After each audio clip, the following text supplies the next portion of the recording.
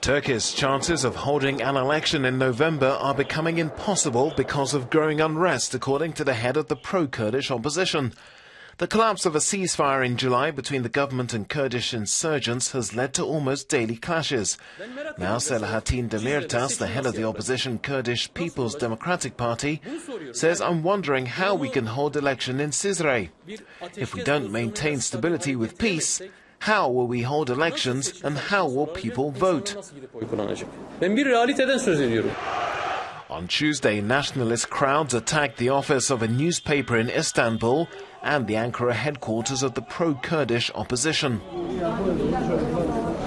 According to the government, more than 100 members of Turkish security forces have been killed since the conflict resumed in July.